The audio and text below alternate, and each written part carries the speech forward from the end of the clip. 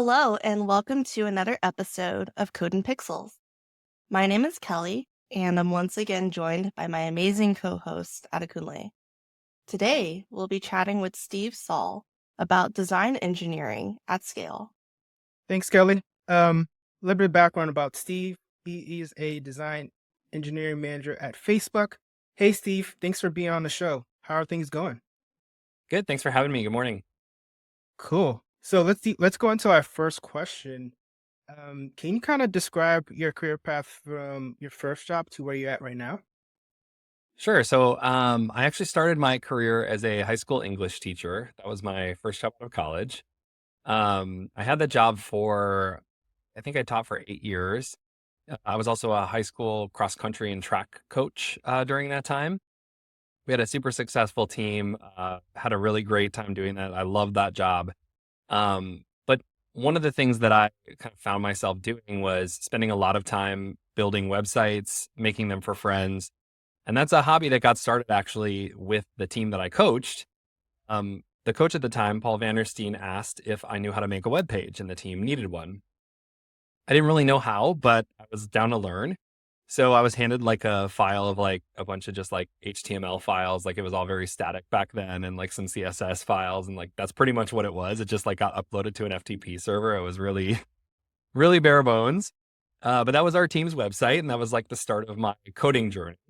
And over time, I guess, I just found I really had a love for that, for picking up new technology, for building websites, for also kind of, doing the design piece of it. So that was just a natural fit. And I got to a point in my career where it was just, is this a thing that I could make into a career versus just have it as a hobby? And so that's where I accepted a position at a startup out here called Goalbook in San Mateo. That was really like I did a jack of all trades role there. I mean, they're an education focused startup, so it was a really good fit for my background, but also my love of technology. And there I did everything from building out a success team and looking at metrics to gauge customer success and onboarding, to shaping the tools that we used, to giving feedback to school districts that we partnered with and working with them.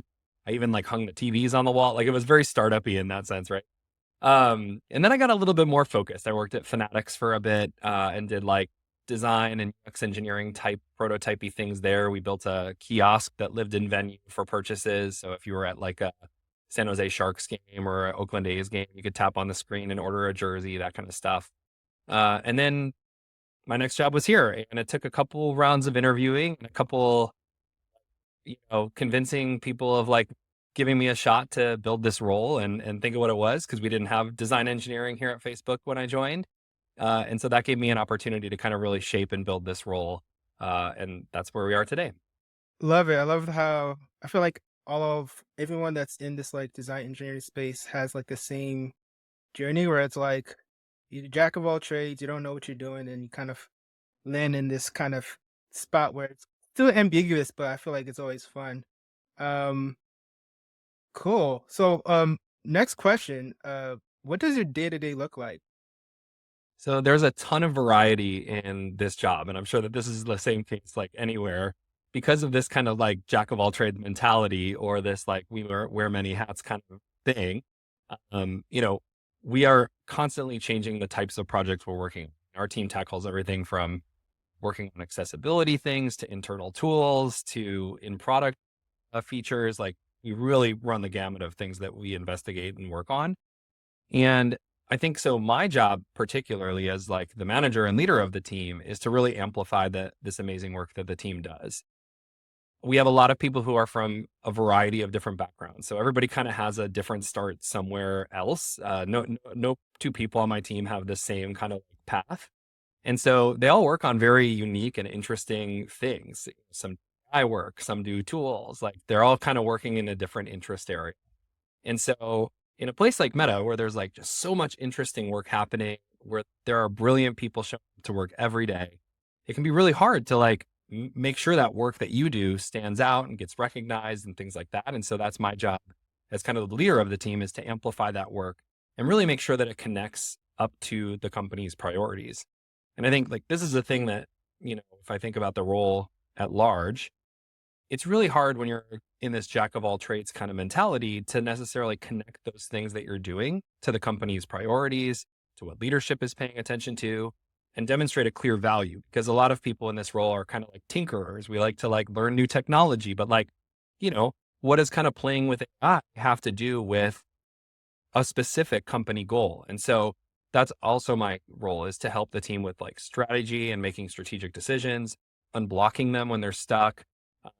Sometimes I even jump in and work with code, get people unstuck if we're, trying to solve a particularly tricky problem. So it's a bit player coach role there. It's actually like one of my favorite parts of the job is like when I get to learn something with someone on my team, because I think like there's just so much new technology or new frameworks or new things to learn all the time that when we have the opportunity to do that, it's pretty fun. I love that you talk about value because design engineering is such a hot topic these days. Well, there are a lot of articles coming out with, what design engineering is. And so I wanted to pick your brain about what specifically, what kind of value does a design engineer bring versus compared to a more traditional software engineer?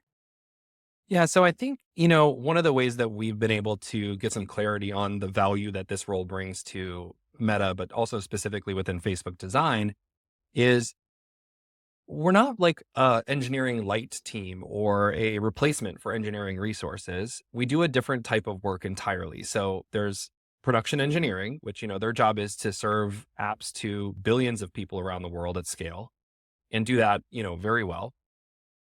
We have product design, which, the job of a product designer, it varies, but ultimately they're, looking kind of scientifically at problems and trying to uncover, where can we make an impact in the product? How can we measure that? What solutions do we have that, are people focused and drive this thing forward? Our work kind of lives right in the sweet spot between those, where we really have to like identify where are the gaps today? Where are some things that the business is like pushing for or cares about that we don't have the resources to deliver on that immediately. And we might have to wait a little bit longer for engineering resources to free up. Or maybe it even involves a bit of technical investigation that we don't have an answer yet. And we're not really comfortable handing it off to a production engineering team because we don't have full confidence that this is a thing that's going to actually work, or we don't exactly know which teams are even going to need to partner with us. So if I were to put it in kind of like a cliche way, what we're really good at, or I guess like our superpower, is connecting the dots when the work is super complex. And so we kind of are that connector between engineers, between product designers, PMs, data scientists, content designers, all those different roles.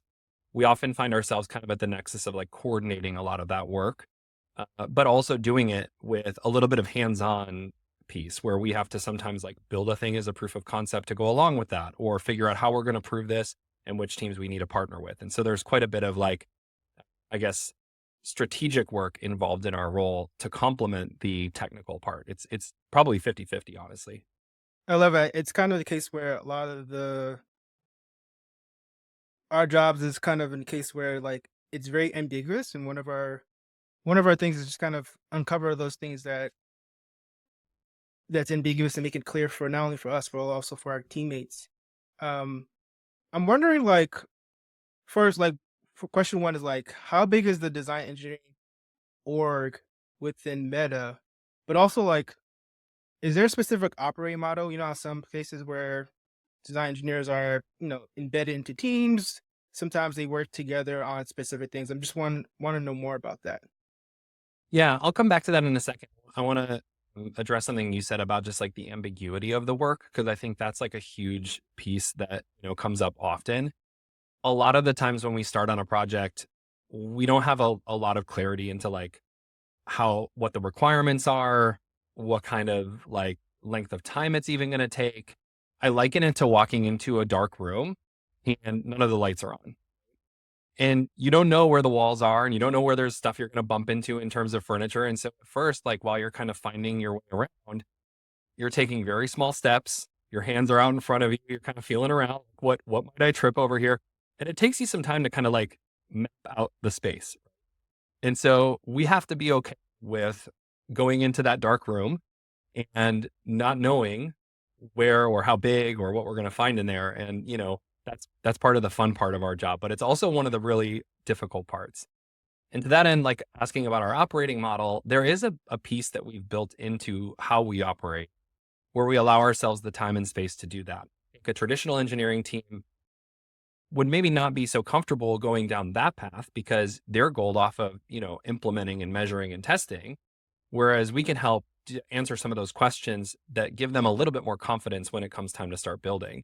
And so it's not just this abstract design or this proof of concept that lives maybe in a prototype only, but it's a thing that actually we've done some validation and some investigation into and can say with confidence, like, here's where we think it's going to get sticky. Here's some of the things that we ran into that are technically complex. Here's what we would recommend, or here's what we're going to need to do.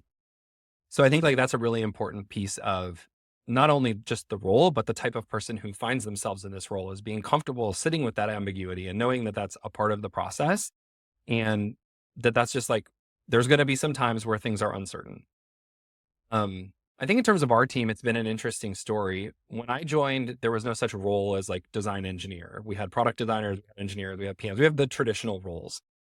Around the time that I kind of started developing the role, I guess, if you would want to call it that, like I built things like a career ladder, came up with a job description, how to kind of articulate, what are the types of projects that we're taking on and doing? What are the like things that we care about and how is it different than a traditional product design role? I had to kind of articulate all this and scale it up with contract workers initially. As I was doing that, there was also on the Reality Lab side, a lot of work happening around prototyping, design prototyping there. And so our role has kind of grown in tandem with theirs. And we have a couple different flavors of what I would consider to be a design engineer or design prototyper. We use those two titles. And if you look on like our jobs board, you'll see that there's like both of those listed. They have very similar job descriptions and bullet points, and the technologies we use are a little bit different. But for the most part, we now have our own kind of career ladder that we've been able to suss out from like, how does this role look unique? How do we evaluate it in different ways? How do we actually, look at this role as its own thing versus try to bucket it into or make it fit in this square peg in a round hole, or I think that's the term. How do we make that work, which is what we had been doing for a while, into kind of how do we recognize this as its own thing and build a practice around it? Our team, I don't know that I can share specifics on like staffing and team sizes, but we're a small team. We function pretty much like serial entrepreneurs. I mean, we look for and identify gaps where there's opportunities to be impactful. We start with ideas and like leverage our partnerships with product designers, especially to like hear them out and hear their ideas and figure out where we can partner together. And a lot of times we're developing ideas before they even make it on a roadmap. So it's something that, not a lot of people are paying attention to at first. And it's just like the genesis of something that's a very V0 or proof of concept. And our real success story is when we finally get that onto a roadmap, it becomes a thing, it becomes a priority, lives in our like OKRs, like it finally makes it into like the canon of like what we're working on as an org. That's like the ultimate like win for us. That's awesome. I love that you mentioned what a win looks like. I think a lot of us want that validation that we're moving the needle uh, in the right direction. And it's great that you bring up your partnerships and how you're working with across multiple different teams. I wanted to talk about a point you brought up earlier. You mentioned that connection or connecting with other teams is a design engineer's superpower. Can you talk more about what do you mean by connection? Like, what are some examples of that? Yeah, I actually think that this is why, like, when I moved out to the Bay Area, like one of the reasons I wanted to work at Facebook was because this is what like the company's mission, like it's written into our DNA, right? Is like make the world more open and connected. I think our company culture is very focused on openness and collaboration. And so here in particular, one of the most important skills that you need as a design engineer is being able to connect with other people and learn from them or get unblocked by them, because nobody knows everything, right? Like there's a specialist for a lot of things, and a lot of people know their subject area really deep or are really experts at maybe a couple of things. But the amount of knowledge in just engineering in general in the world, the number of platforms, frameworks, technologies that we can work with, it's endless. And so one of the real superpowers is being able to have really good dev connections that you can reach out to, that they can help unblock you when you're stuck. So being able to kind of do the legwork or the foundational work on your own, but then knowing that you have a good, strong network of people that you can also reach out to for help and to help you learn. That is like what makes somebody, I think, a really good design engineer, is like you're able to leverage your network well.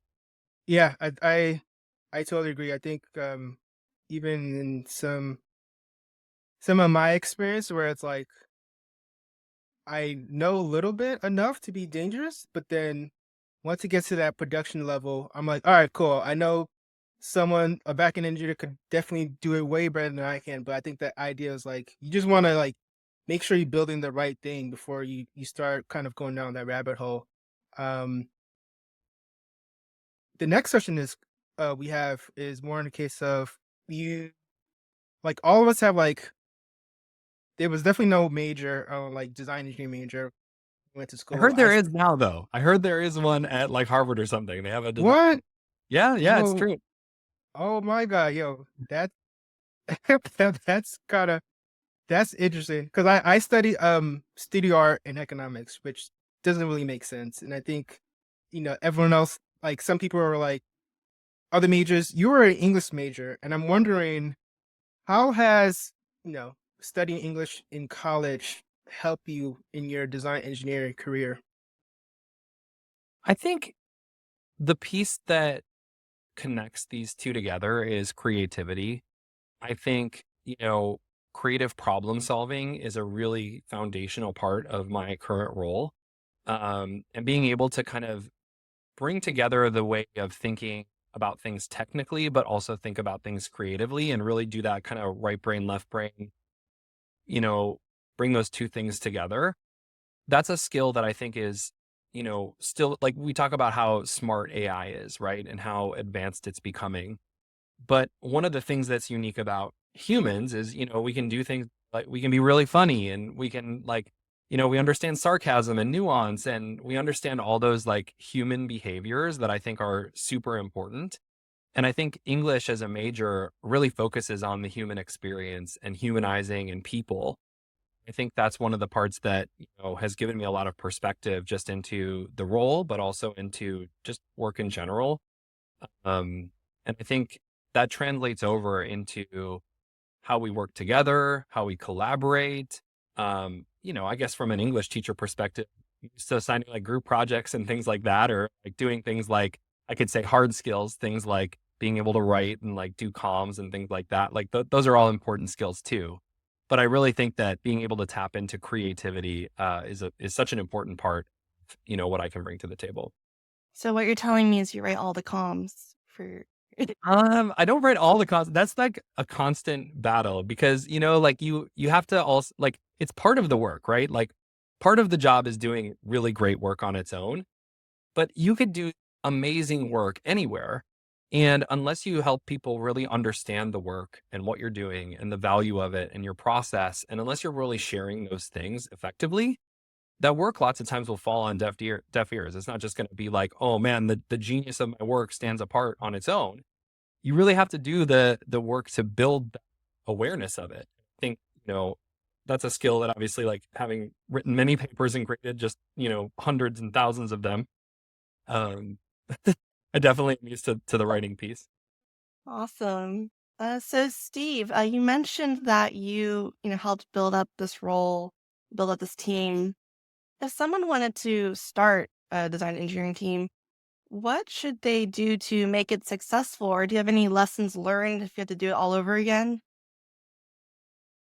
I think when I came into the role, I had like kind of a short, medium, and long-term vision for what I wanted to accomplish. So like, in my first year, I just wanted to figure out like how do I work at this place? And like how does my set of skills add any value to anything that's happening?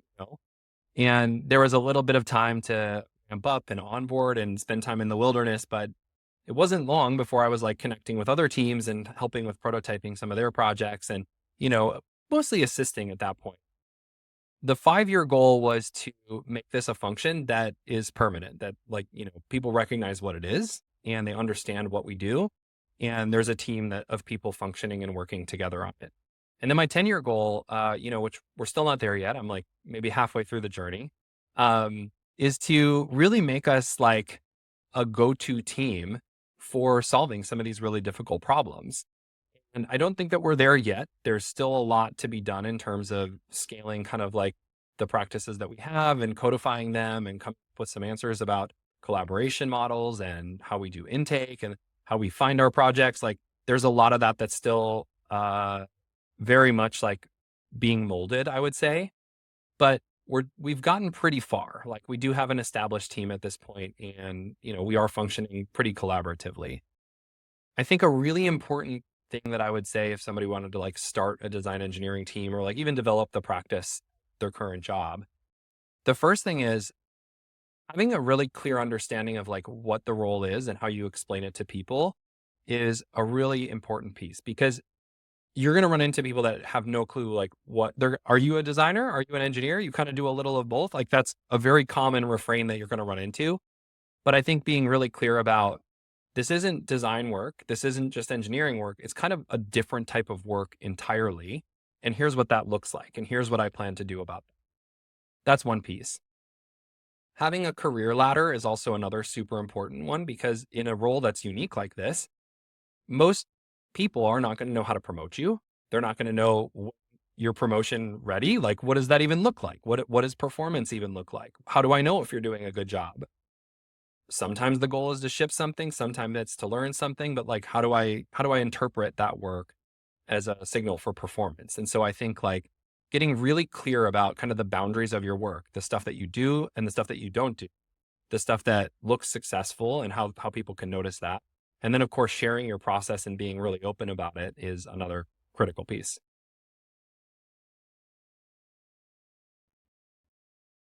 Yeah, I Yeah. love the piece or the section you were talking about, making sure your role is very clear. I definitely early in my career, people were asking like, "Oh, like, are you a designer? Are you an engineer?" When you have like front end engineer, you have a design design engineer, you have a design technologist. People are just like, "Wait, what is all these roles?" And I think making sure that's very clear, not only to the people that are within the roles, but people outside, because that will kind of help like when should they reach out to us, whatnot. So I definitely love that whole aspect of that. Um, One thing I want to get into is like, where should design engineers live? Me myself, I've done it where we've been design engineers with like under design, they operate differently. Under engineer, they operate differently. From your perspective, what where should design engineers live in order for them to be successful?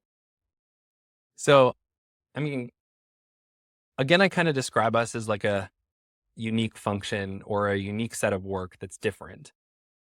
But we're not, it's not a unique enough function yet or well enough understood where it usually gets like its own department entirely, right? We're often like embedded under the larger umbrella of product design or engineering.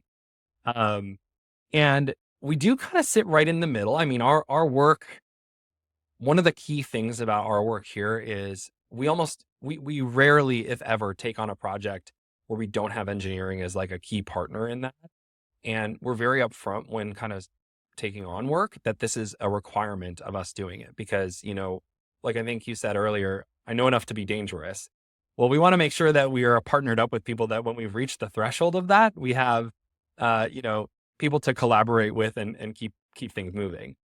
That said, I think, the creative part, the problem solving piece that we do looks very much like design. And so even though we have engineering skills and even though we use a lot of engineering tools, the work we do at the end of the day still very much looks like product design type work because there's a lot of strategic work. There's a lot of investigation, a lot of proving things out. And I would say like a production engineer is gold differently, right? They want to make sure that things are performant. They want to make sure that things are not breaking. They want to make sure that like their code works at scale. That's very different than, and again, they do measure their work and they, test it very often and rigorously, but that's very different from like, let me pull something that, is very ambiguous. Let me walk into that dark room where I have no sight and kind of look around and investigate. And I think that looks a lot more like a product designer. And so that's where I would say that the function belongs. I can't wait till design engineering grows to be its own separate thing, and that would help at least with visibility and clarity on career ladders and the stuff you mentioned before about alignment and just understanding where we sit in across multiple different orgs. Yeah, but there's a lot of flavors of product designer, right? So I mean, there are content designers, there are visual designers, there are animators, we have a variety of archetypes. I think that this is a unique one because of the technical skill set and the proximity that it sits to engineering that kind of blends it with two things that are like it is like pick pack is often kind of the thing that you're told. So I think like it's because we walk into that kind of like ambiguous space that it makes it uncomfortable to try to bucket the role into one thing or another. And so we want to have that clarity. But I think that's by virtue of like the ambiguity of the type of work we even, it's the thing that comes with it. Yeah, for sure. I wanted to get your thoughts on this statement. Design engineers should only be managed by someone who has done the job in the past. Well, first to that, I would say good luck finding only people to manage who have done this job in the past because it's new enough where probably you're not going to find them. But my current manager, I've never actually had a manager who has been a design and engineer in the past. And they've all been incredibly effective. My manager right now hasn't been, but she is somebody who has helped me shape the role and grow and contextualize it because it's so much about navigating the complexities of work. It's not necessarily about the nuances of my job, right? And so, a manager's job at the end of the day is to support and guide people, not necessarily to know the intricate details of how I'm pushing code, right? Like they don't need to know which frameworks or languages I'm using. They don't need to even review my diffs because I have like other partners to do those kind of things. Their job is to really make sure that I'm lined up with the right opportunities, that I have a chance to grow and that I'm, getting recognized for work that I'm doing and maybe that I'm getting some guidance and help and feedback in ways that I need it. And I think like as long as a manager is able to push you with those kind of things, it doesn't really matter if they've been in this specific role or not before. I actually think like I've had a diverse slate of managers who have all come from kind of different product design flavors. And each of them has kind of added a little something extra to the role. Like they come in with kind of a different lens or a different perspective on how we should approach our work or who we should work with and the types of projects we should do. And I think like that's really helped mold and shape the role that we have today over the last 5 or 6 years is just the diversity of the managers that I've had. And ultimately, I would say, oh, you're going to find that as a design engineer, there's a lot of people who don't understand your work. This is like a common theme, right? And so managing up and helping your manager understand your work and why it's important and what you do is going to be part of your job in this role, no matter if your manager has been a design engineer or not, because organizationally, there's going to be like a, what is it that you do kind of question. Just we're at that point. Now, you know, I think there are a lot of design leaders who have had experience working with design engineering teams or who had them on their design team. And I think reputationally, at least, that's a really good start, especially when you have a leader who's supportive. But at the end of the day, it's going to fall on you to help people understand the work and why it's important and what you're doing. Because again, there's so many, it's such a flexible and different role for so many people that even if you had somebody as a manager who was who had the role previously, they probably looked a lot different in that role than you do. Yeah, I totally agree. I think the idea of like managing up is super important because I kind of thinking about it as like hope for the best, prepare for the worst. And the worst case scenario is that you work with a manager or a team that has no idea what you're doing. And the idea is that you want to like show early and often and kind of like showcase the process. Cause I think that's once people understand the process, it makes it easier to kind of say like, oh, now I know what you know. Now I know what you do and how you're bringing value to the company. And I think that's one of the superpowers that a design engineer has to kind of obtain to kind of be successful in this career. So Yeah, definitely we plus really one try to there. take on a balance of like larger, long-term strategic projects that we want to prove out as an idea or something that we're kind of working on an ongoing basis, but balance that with some projects that are shorter term, that are important wins that unblock design, but that get us like kind of moving forward and do kind of both of those things. Because I think if you're working on something for too long and it takes a really long time to prove that thing out, again, our work involves a whole chunk of time where we're investigating feasibility even. And sometimes those swings aren't even, we're going to miss, right? Like it's a thing that we can't actually build or do.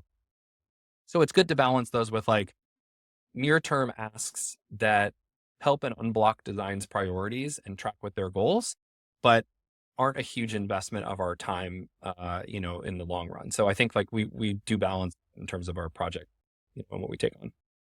Yeah, I love that. I've always think that like those small wins kind of build up momentum for those longer term strategies overall. So, um, cool. As we close out this episode, I'm wondering, do you have anything to plug or anyone you want to give a shout out to? I think first of all, like professionally, I met Doug DeMarco before the pandemic. He was on like a little bit of like a listening tour all around. He was taking his team from Spotify all over the place and like meeting different design engineering folks. At that time, it was like me and one contract worker. And I think like it was really cool that we were able to meet and connect over over the role.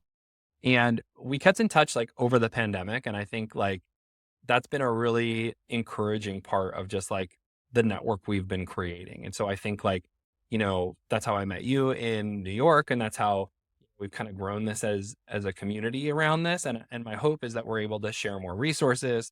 We're able to share things like job descriptions or share things like career ladders and what those things look like. So as we start to firm up, how does this job profile look?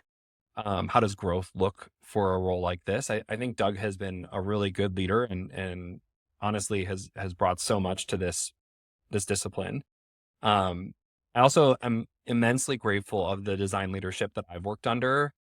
They've given me the space to really like figure this out and like, push and pull on things.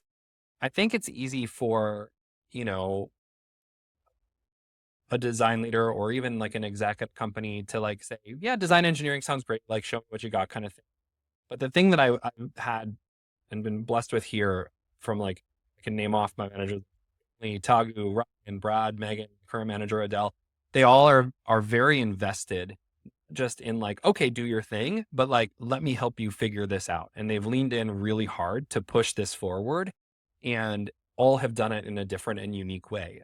Tagu, for example, our previous head of design, is the one who really brought some clarity to this and was like, it's not that you're needing to pick a lane in design or engineering, or even that you're the blend of these two things. It's its own lane. I think helping think about the practice in that way has really firmed up a lot of how we operate. And so I've really just had the good fortune of having a lot of managers who have been excellent at helping grow like what we do here. Um, at the same time, I think I would not be here without engineers who helped unblock me when I was stuck. Like my very first, like the very first files that I was like talking about when I was like building the track website, there was a high school senior at the time on the team who was the previous maintainer of the site. And the reason it was coming to me was because he was graduating. And he today is like an engineer at Box. But back in those days, it was just like us handing off FTP files. And he's the one that like got me started coding, which is like kind of a pretty cool thing. But I can even remember like I came out to work with Goldbook and I had never really used like GitHub before. At the time, I used Dreamweaver. So, old school HP on the, you check out a file on Adobe kind of thing. GitHub was like kind of a new concept to me. And Durin, who worked at Goldbook at the time, he like wrote out for me on like a post-it, like this cheat sheet of like Git commands. I had that thing like taped to the computer. It's comical when I look back on it. Like, right. Like just writing commands in terminal. I do that like daily now. But like at the time I needed like a cheat sheet for it. I needed like somebody to ask about that and not feel embarrassed. And there are like a lot of engineers along the way who have given space to like ask them just like the dumbest, simplest questions to unblock me without making it feel like it's embarrassing or like I need too much of their help. And I really appreciate them for not making me feel. And then there is an engineering manager here, Sriram, who is amazing and has really been very open to partnering with our team because I think like that's a huge question, right? Is like a lot of engineering departments at a company are like, well, you want to start pushing code into our repo? How's that going to even work? How do we ensure code quality? How do we know it's going to break something? And I think there can be like a lot of hesitation there. We have a super open culture about like just collaborating in any repo and just working together. And so, I've had the good fortune also of engineering managers at this company who have been super open to working with us and not like letting us break stuff, but giving us the guidance to like, here's how you're not going to break it.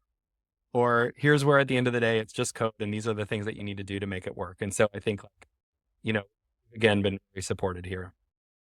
I love it. I feel like always when you have like strong engineer partners, it just makes our jobs easier. So glad that you have that support. And also thank you again for joining us for today's episode. We really appreciate it. And also we want to thank everyone for listening. Have a good one. Thanks for having me. Good show.